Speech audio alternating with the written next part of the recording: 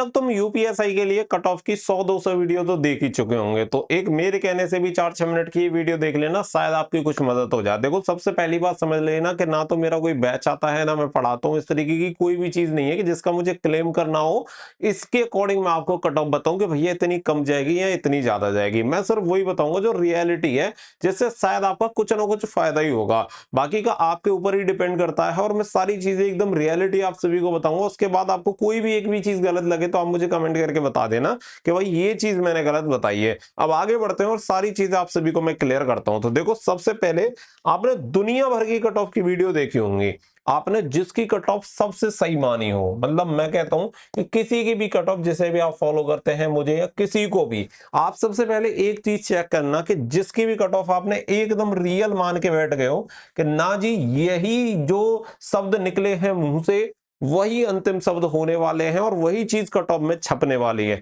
तो क्या ये देखना कि उनके द्वारा बताई गई सभी जो कट ऑफ है प्रीवियस ईयर की जो भी भर्तियां हुई हैं, क्या वो सभी कट ऑफ 100% सही निकली हैं?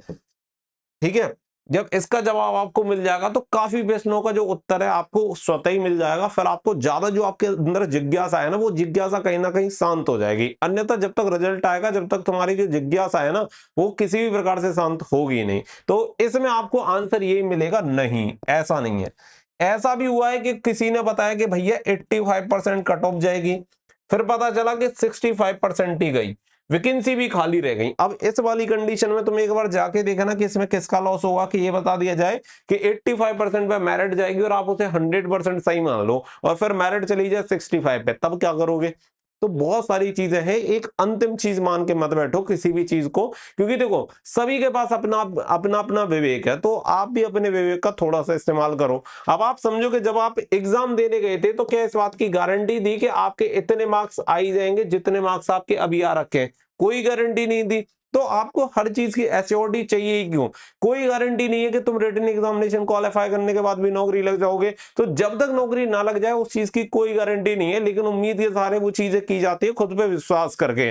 तो वो सबसे जरूरी चीज है। अगर आपके अंदर वो विश्वास नहीं है तो फिर बेकार है, आपको अंततः असफलता ही मिलेगी, सफलता तो आपको नहीं मिलेगी, क्योंकि आपको खुद पे विश्वास नहीं है। तो कुछ ये बेसिक सी चीजें हैं जो कि आपको समझ लेनी है। अब बढ़ते हैं कट ऑफ की तरफ। कट ऑफ में दिक्कत ये नहीं है कि सभी के मार्क्स बहुत ज्यादा आ रहे हैं, कट ऑफ में दिक्कत ये है कि आपके दिमाग में डाल दिया गया है कि बेटा इस बार तो 400 में से 450 कट ऑफ जाएगी, और ऐसा होने वाला कभी नहीं है। तुलना ऐसी चीजों से की जाती है जहां तुलना की नहीं जा सकती, और इसी चीज से ये दिक्कत क्रिएट हो रही है। लास्ट वाली भर्ती से की जा रही है, कभी कुछ की जा रही है। हर भर्ती का अपना अपना अलग अलग पहलू होता है भाई, तब कैसे सर्कमस्टेंस से अभी कैसे हैं, इन सारी चीजों पर भी डिपेंड करता है। लेकिन जो सबसे मेन चीज है, आप ऐसे समझ लो कि जो नीचे वाले हैं यानी लोअर मार्क्स वाले, वो कहीं इसमें नहीं आते, यानी इस कंपटीशन में उनकी संभावना नहीं है।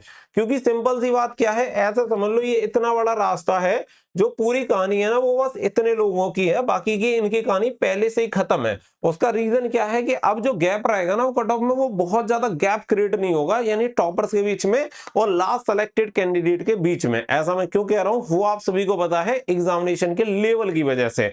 और वही होता है, बहुत बार क्या होता है कि यहां से कट ऑफ स्टार्ट होती है और यहां तक के बच्चों का भी सिलेक्शन होता है, लेकिन अब यहां से स्टार्ट होगी तो यहीं पे खत्म हो जाएगी, क्योंकि कहानी बिल्कुल टॉप ऑर्डर में ही आके अटक जाएगी। लेकिन इसका मतलब ये नहीं है कि 400 में से 400 वाले ही सेलेक्ट होंगे, ऐसा बिल्कुल भी नहीं है और ना ऐसा होने वाला है। अब देखो, मानना ना मानना तुम्हारे ऊपर है, लेकिन जो चीजें हैं वो मैं आपको रियलिटी के साथ बताऊंगा। आप एक चीज समझ के चल लो, आप अपने दिमाग में बैठा लो कि आपकी जो कट ऑफ है वो 360 जाएगी। आपने मान ली मेरी बात कि मैंने कहा तुमसे 360 जाएगी।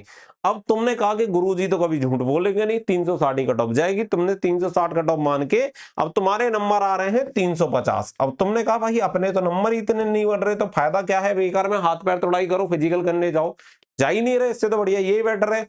अब होता क्या है कि गुरुजी हो गए फेल और कट ऑफ चली गई 340 पे, और तुम तो एक भी दिन दौड़ने ही नहीं गए हो। अब 8 दिन बाद तुम्हें जाना है दौड़ने, और पता चला कि तुम वहां पे मुंह फाड़ गए, तुमसे कुछ हुआ ही नहीं। बाद में तुम गुरुजी को घर आ रहे हो बिना बात के कि इन गुरुजी की वजह से हो गए। 4 दिन बाद तुम भूल जाओगे गुरुजी का कुछ हुआ नहीं, लेकिन तुम्हारा फोलिया जो होना था। तो यही चीजें होती हैं। लेकिन अगर तुम मानो कि तुमने ये मान ली कि तुम्हारे 350 नंबर आ रहे हैं और तुमने ये मान लिया कि 340 कट ऑफ जाएगी, अब इस कंडीशन में क्या होगा, इस कंडीशन में तुम आज से ही रनिंग करना स्टार्ट कर दोगे, और आज से रनिंग करना स्टार्ट कर दोगे और इतनी अगर कट ऑफ गई तो तुम ये समझो कि भाई तुम सेलेक्ट हो रहे हो। इन केस हम ये मान लेते हैं कि कट ऑफ चली गई 360 और तुमने रनिंग करी, तो तुम्हारी जिंदगी में से ऐसा कौन सा लॉस चला जाएगा जिसकी भरपाई तुम जीवन में कर नहीं पाओगे? बताओ। रनिंग करने से, एकमात्र रनिंग करने से या तैयारी करने से।